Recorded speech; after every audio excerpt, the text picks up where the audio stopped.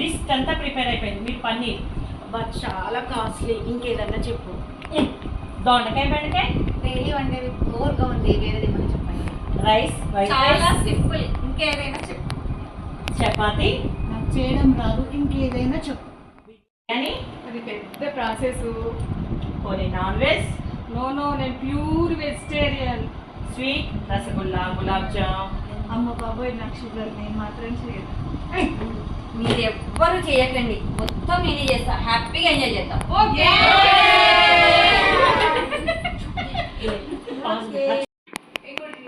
మీ అందరి కోసం ఇవన్నీ నేనే చేశాను.